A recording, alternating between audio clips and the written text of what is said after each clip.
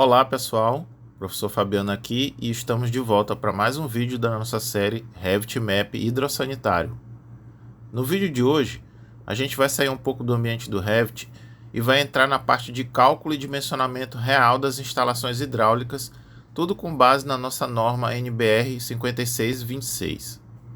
Ou seja, hoje é dia de entender o que a norma pede, como fazer os somatórios, como consultar os ábacos e como definir os diâmetros corretos das tubulações.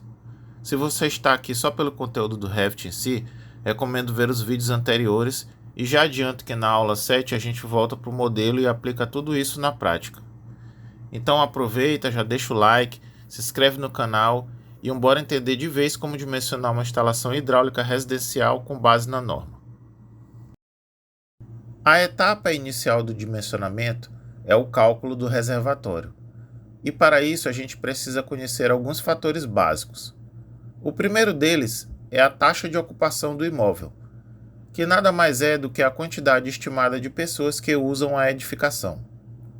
Essa taxa pode ser obtida a partir da tabela da norma, como vocês estão vendo aí na tela, ou pode ser definida diretamente, caso a gente já conheça quem vai utilizar o imóvel. No nosso caso, se a gente for seguir a tabela ao pé da letra, o sobrado teria 6 pessoas, já que são 2 por dormitório. Mas como sabemos que se trata de um casal com 2 filhos, vamos adotar 4 pessoas como base para o nosso cálculo. O segundo fator que precisamos considerar no dimensionamento do reservatório é o consumo diário de água, também chamado de consumo predial. Esse valor pode ser retirado diretamente da norma ou de fontes técnicas da literatura, ou, em alguns casos, pode ser indicado pelo próprio responsável da edificação, caso ele saiba o consumo médio real de quem utiliza o local. Por padrão, adota-se o valor da tabela da norma, que já considera uma margem de segurança. Ela apresenta estimativas para diferentes tipos de edificações, como residências, escolas, escritórios, indústrias, entre outros. No nosso exemplo, como estamos tratando de um sobrado de padrão médio, vamos adotar o valor de 200 litros por pessoa. Já o terceiro e último fator do dimensionamento é a quantidade de dias sem abastecimento. Normalmente, se usa um valor entre 2 e 3 dias, sendo 3 dias uma escolha mais conservadora. Esse número depende do bom senso e da realidade da região quanto à regularidade de fornecimento de água. Em geral, não se ultrapassa esse intervalo, a não ser que a pessoa opte por projetar um castelo d'água, que é uma estrutura independente da edificação com maior capacidade e autonomia. Mas para residências comuns, essa faixa de 2 a 3 dias é o que se adota por questões técnicas e construtivas. Agora que já conhecemos todos os fatores, basta aplicar tudo na fórmula de dimensionamento do reservatório, onde NP representa o número de pessoas ou taxa de ocupação da edificação, D é o número de dias sem abastecimento da rede e C é o consumo per capita. No nosso exemplo, com 4 pessoas, uma média de 2 dias sem fornecimento e um consumo de 200 litros, o cálculo fica assim: 4 vezes 2 vezes 200 igual a 1.600 litros. Mas por questões práticas e comerciais, vamos adotar uma caixa de 1.500 litros, que é uma caixa padrão do mercado. No nosso modelo, utilizamos uma da Tigre. Caso você queira ser mais conservador, você pode adotar 2 caixas menores, como uma de 1.000 litros e outra de 750 litros. Isso ultrapassa um pouco o volume calculado, mas ainda está dentro de uma margem segura e pode facilitar a instalação dependendo do espaço disponível no projeto. Esse aqui é um esquema retirado diretamente do nosso modelo do Revit. Aqui eu dividi a instalação em 3 barriletes principais para facilitar o entendimento e o processo de dimensionamento. O barrilete 1 é o maior, ele alimenta 4 colunas de água, a F8, a F7, a F4 e a F5. O barrilete 2 alimenta 2 colunas, que são a F1 e a F6. E o barrilete 3 também atende duas colunas, que são a F2 e a F3. Esses nomes eu escolhi apenas para a organização do projeto, mas você pode nomear como quiser, desde que mantenha uma lógica clara. É com base nessa estrutura que a gente vai iniciar a partir de agora o dimensionamento real das tubulações. O primeiro passo para dimensionar o diâmetro das tubulações dos barriletes é calcular a somatória dos pesos relativos dos aparelhos hidráulicos ligados a cada um deles. Esses pesos são definidos com base na tabela da norma que relaciona cada tipo de aparelho com sua vazão de projeto e seu respectivo peso relativo. É essa tabela que estamos vendo aqui na tela. Cada tipo de utilização, lavatório, bacia sanitária, torneira, entre outros, tem um peso diferente que serve como base para determinar o dimensionamento dos tubos. Pode acontecer de algum aparelho que você está usando não estar listado aqui nessa tabela. Nesses casos, você pode consultar catálogos técnicos dos fabricantes ou mesmo buscar em outras tabelas complementares disponíveis na internet. Com essa base em mãos, vamos agora calcular o somatório dos pesos para cada barrilete. Aqui nós montamos uma tabela simples listando todos os aparelhos alimentados pelo barrilete 1. Para cada aparelho, atribuímos o peso correspondente de acordo com a tabela da norma. A coluna ambiente foi incluída apenas para fins didáticos, para você se situar melhor dentro do nosso modelo, conforme o esquema que mostramos no slide 5. No final, somamos todos os pesos e encontramos um total de 4,4. Com esse valor, podemos calcular a vazão estimada com base nessa equação aqui ao lado, onde P é o somatório dos pesos. Substituindo os valores, achamos uma vazão estimada de 0,63 litros por segundo. Essa vazão ela pode ser utilizada para dimensionar o diâmetro do tubo, usando a tabela que vamos ver no próximo slide, ou, se você preferir, você pode usar diretamente o somatório dos pesos na tabela, que também é um método eficiente. Eu chamei de tabela no slide anterior, mas na verdade está mais para um ábaco. Como você pode ver, a linha de peso 4,4 está dentro da faixa indicada para tubos de 25 mm de diâmetro. Esse tipo de ábaco é mais indicado para projetos de pequeno porte, onde a gente tem pressão garantida, trechos curtos e um consumo mais previsível, ou seja, situações típicas de residências unifamiliares como o nosso sobrado. Então, se você quiser optar por seguir esse critério mais direto da norma, o barrilete 1 será dimensionado com um diâmetro de 25 mm. Agora a gente tem aqui o chamado ábaco luneta, que é uma alternativa mais conservadora para o dimensionamento das tubulações. Se você quiser jogar seguro, evitando perda de carga excessiva ou já pensando numa possível expansão futura, esse ábaco é o mais recomendado. Ele considera trechos mais longos, quedas de pressão e variações de uso com uma margem maior. No caso do barrilete 1, com um somatório de pesos igual a 4,4, o ábaco luneta indica o uso de um tubo de diâmetro de 32 mm, e é justamente esse valor que iremos adotar no nosso projeto do sobrado, por ser uma escolha mais técnica e mais segura. Aqui temos o barrilete 2, que atende os dois banheiros, WC1 e WC2. Assim como fizemos no barrilete 1, listamos todos os aparelhos ligados a esse trecho e atribuímos os pesos relativos conforme a tabela da norma. O somatório desses pesos deu 2,2. Aplicando isso na fórmula de vazão estimada, temos um valor aproximado de 0,45 litros por segundo. Com esse valor, podemos agora dimensionar o diâmetro da tubulação usando o ábaco tradicional ou o luneta, assim como fizemos anteriormente. Vamos ver isso no próximo slide. Conforme explicamos no slide anterior, utilizaremos o ábaco luneta por ser uma opção mais conservadora. Então, com o valor de 2,2, entramos no ábaco e ele nos indica um tubo de 25 mm, mantendo uma boa margem de segurança para o uso residencial. Esse valor é coerente com o porte do projeto e com a quantidade de pontos atendidos por esse barrilete. Por fim, temos o barrilete 3, que atende 3 regiões da casa: a circulação externa, a área de serviço e o lavabo. Listamos todos os aparelhos alimentados por esse trecho e atribuímos os pesos conforme a norma. O somatório resultou em um valor de 2,8. Aplicando esse valor na equação, temos uma vazão aproximada de 0,5 litros por segundo. Com esse valor, a gente já pode partir para o dimensionamento final do diâmetro usando o ábaco luneta. Finalizando a etapa de dimensionamento, aplicamos o peso total do barrilete 3, que foi de 2,8 no ábaco luneta.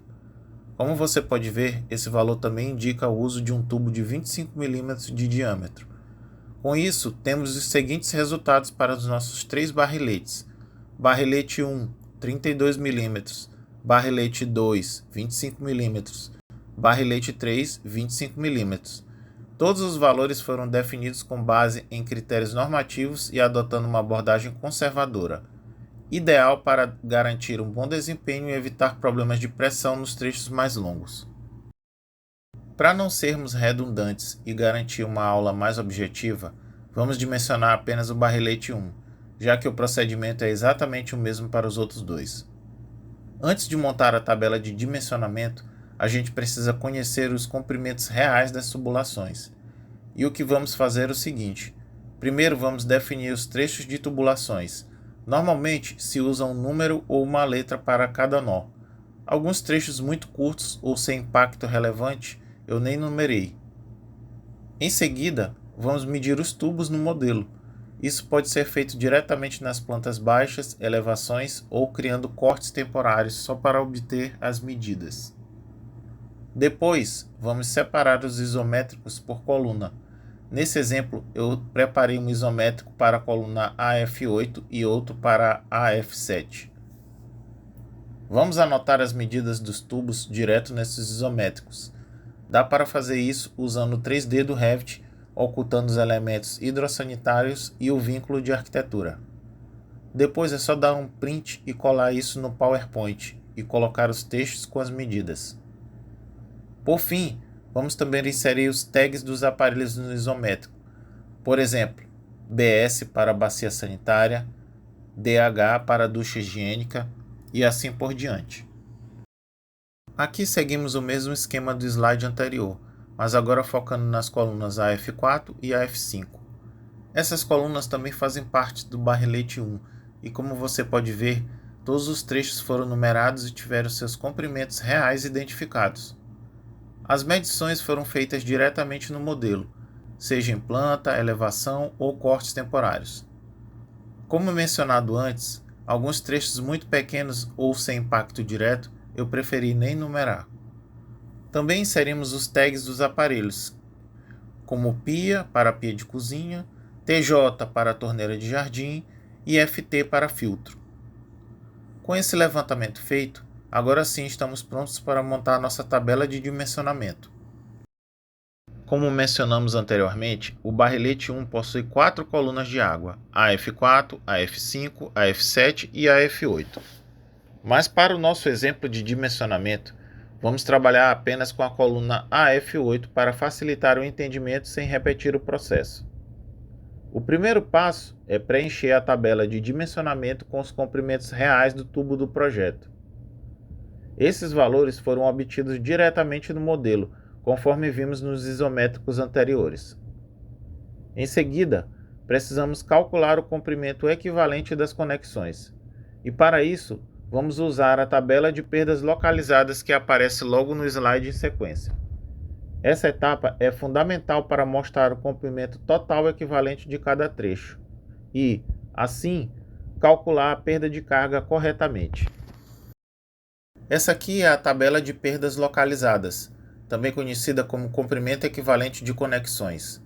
Nela, a gente entra com o diâmetro da tubulação e o tipo de conexão utilizada, como joelhos, T's, registros, entre outros. A partir disso, encontramos o valor correspondente da perda localizada expressa em metros equivalentes de tubo reto. Esses valores serão somados ao comprimento real dos tubos para obter o comprimento total equivalente de cada trecho. Esse procedimento é essencial para calcular a perda de carga linear e localizada com precisão no dimensionamento final.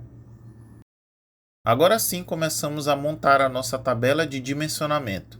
A sugestão aqui é bem prática: criar uma coluna onde você lista todas as conexões presentes em cada trecho e logo ao lado insere o valor do seu comprimento equivalente em metros. Esses valores foram obtidos com base na tabela de perdas localizadas que vimos anteriormente. A gente segue o projeto trecho a trecho. Como você pode ver, no trecho 1.2, por exemplo, temos uma saída de canalização, um registro de gaveta aberto, duas curvas de 90 graus e um T de saída lateral. Isso resultou num total de 5,9 metros equivalentes. Repetimos esse processo para cada trecho da coluna AF8, que é o nosso exemplo, preenchendo tanto o diâmetro do tubo quanto os componentes e a soma final equivalente de perdas localizadas. Essa tabela será usada diretamente na próxima etapa, que é o cálculo de perda de carga por trecho. Agora que já temos os comprimentos reais dos tubos e os comprimentos equivalentes das conexões, o próximo passo é somar esses dois valores. A soma resulta no que chamamos de comprimento total do trecho, que é o valor que será utilizado no cálculo da perda de carga. Como você pode ver na tabela, o trecho 1.2, por exemplo, tem 3,45 metros reais e 5,90 metros equivalentes, totalizando 9,35 metros. Repetimos esse processo para todos os trechos da coluna AF8 e agora estamos prontos para aplicar as fórmulas de perda de carga nos próximos passos. Agora que temos os trechos definidos e os comprimentos totais calculados, precisamos partir para o cálculo da vazão e da velocidade da água em cada trecho. O primeiro passo é definir o diâmetro interno real dos tubos com base no diâmetro externo adotado. Esses valores podem ser obtidos em catálogos de fabricantes ou em tabelas técnicas disponíveis na internet. Depois disso, fazemos os somatórios dos pesos dos aparelhos alimentados por cada trecho, exatamente como mostramos na tabela. Com esses dados em mãos, usamos novamente a equação da norma para estimar a vazão, que é igual a 0,3 raiz de somatório de P, onde P é o somatório dos pesos relativos do trecho analisado. Essa vazão será usada no próximo passo para calcular a velocidade de escoamento e perda de carga linear. Agora que temos as vazões estimadas para cada trecho, podemos calcular a velocidade da água em metros por segundo. Para isso, usamos a equação clássica da hidráulica. V é igual a Q dividido por A, onde Q é a vazão em metros cúbicos por segundo. A é a área da seção transversal da tubulação em metros quadrados. Como fazer essa conversão pode ser trabalhosa, a gente pode aplicar já direto na fórmula convertida para milímetros, que é essa que vocês estão vendo aqui abaixo. Essa equação já considera o diâmetro interno em milímetros e retorna a velocidade diretamente em metros por segundo. Com isso, conseguimos calcular e verificar se a velocidade está dentro dos limites aceitáveis pela norma, nem muito baixa, nem muito excessiva. Com as vazões já calculadas, agora conseguimos preencher a nossa tabela com os valores de velocidade para cada trecho. A equação que aplicamos leva em conta o diâmetro interno da tubulação e o resultado é apresentado em metros por segundo. Um ponto importante: de acordo com a norma brasileira, as velocidades não devem ultrapassar o valor de 2,5 metros por segundo.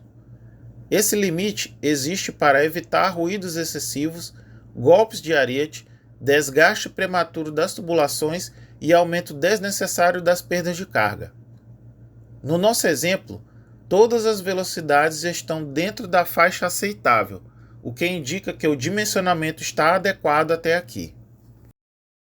Agora que já temos todas as variáveis levantadas, diâmetros, vazões e velocidades, podemos calcular a perda de carga distribuída em kPa por metro de tubo. Para isso, usamos a equação de Hazen-Williams, que é bastante adotada em projetos com tubulações de PVC, por oferecer uma boa precisão e simplicidade prática. A fórmula é essa que vocês estão vendo aqui abaixo, onde J é a perda de carga em kPa por metro, Q é a vazão em litros por segundo e D é o diâmetro interno da tubulação em milímetros. Como estamos trabalhando com unidades em milímetros e litros por segundo, aplicamos essa versão aqui já ajustada da fórmula. Esse valor de J será utilizado no próximo passo para calcular a perda de carga total por trecho, multiplicando pelo comprimento total equivalente de cada segmento. Outra forma de calcular a perda de carga distribuída é usando o ábaco de Fairweather-Rizal, que é tradicionalmente aplicado para tubulações de cobre e plástico como o PVC. Esse ábaco é indicado especialmente em projetos com diâmetros menores que 100 mm, trechos curtos e presença de muitas conexões. A própria ABNT recomenda o uso desse método para instalações prediais de água fria. Apesar disso, por questões práticas, geralmente é mais vantajoso usar a equação direta em planilha de Excel, como fizemos anteriormente. Isso evita o trabalho de traçar retas, estimar visualmente valores e interpretar escalas no ábaco. Aqui já temos preenchida a nossa tabela com os valores calculados da perda de carga distribuída em kPa.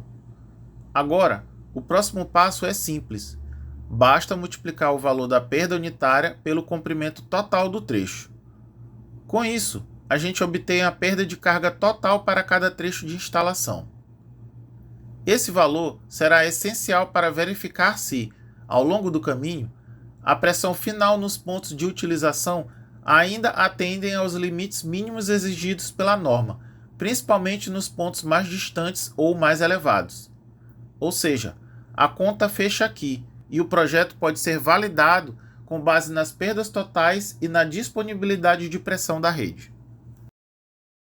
Finalizando, aqui está a nossa tabela completa com as perdas de cargas totais para cada trecho da coluna AF8 do nosso barrelete 1. Os valores de perda total foram obtidos multiplicando a perda de carga unitária pelo comprimento total da tubulação. O resultado final está expresso em kPa para cada segmento. Essa análise permite a verificação precisa da queda de pressão acumulada ao longo do percurso e é essencial para garantir que os pontos de consumo mais distantes ainda recebam água com pressão suficiente. Com isso, conseguimos validar o dimensionamento hidráulico completo do trecho estudado, respeitando os critérios da norma e garantindo a funcionalidade da instalação. Agora que já sabemos as perdas de carga ao longo dos trechos, precisamos entender se a pressão disponível no sistema é suficiente para vencer essas perdas e ainda atender os aparelhos. Para isso, medimos no projeto a diferença de cota, ou seja, a distância vertical entre o nível máximo da água na caixa d'água e o ponto mais baixo do trecho em análise. A figura ao lado mostra um exemplo disso para o trecho 1.2, onde a cota entre o nível máximo da caixa e o ponto mais baixo do tubo é de 85 cm, ou 0,85 metros. Essa altura será usada na próxima etapa para calcular a pressão disponível em kPa, convertendo a altura em coluna de água para a unidade de pressão efetiva. Esse é um passo fundamental para sabermos se a pressão está adequada, mesmo nos pontos mais críticos da instalação. Dando continuidade à análise, agora preenchemos a tabela com os valores das diferenças de cota entre o nível máximo da caixa d'água e o ponto mais baixo do trecho correspondente.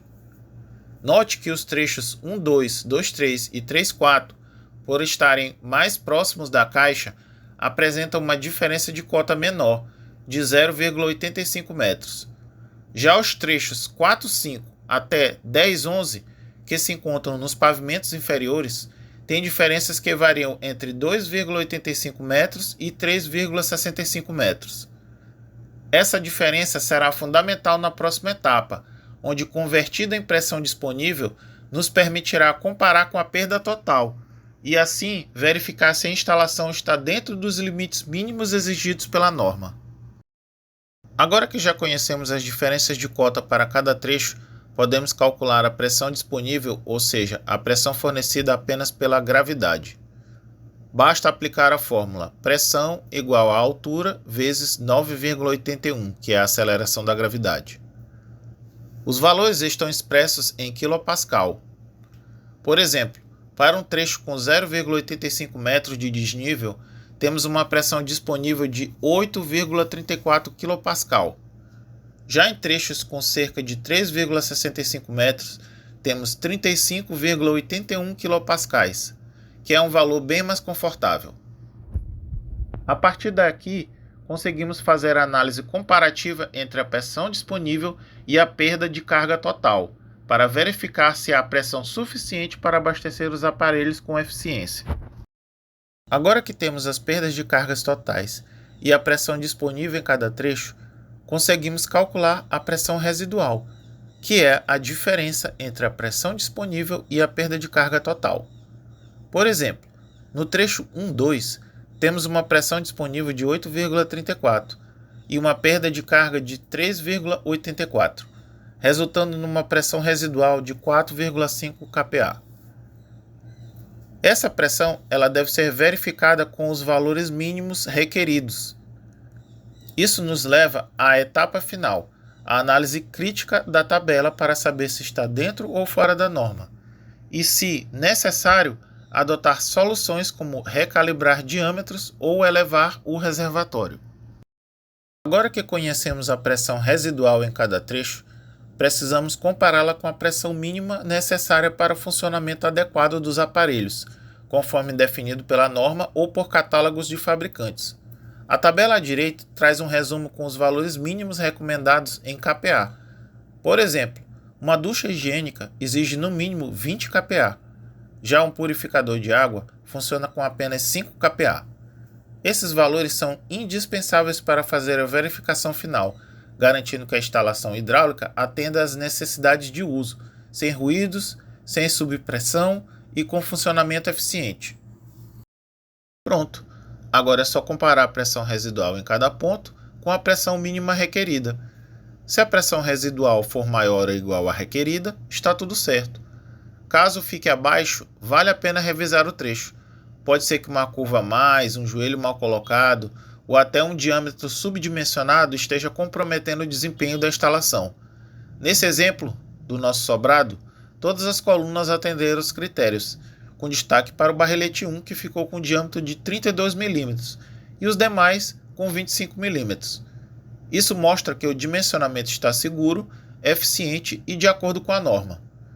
Se você curtiu esse conteúdo, deixa o like, compartilha com quem precisa e se inscreve no canal. Isso fortalece o projeto e mostra para o YouTube que vale a pena entregar este tipo de conteúdo para mais gente. Valeu pela companhia e até o próximo vídeo.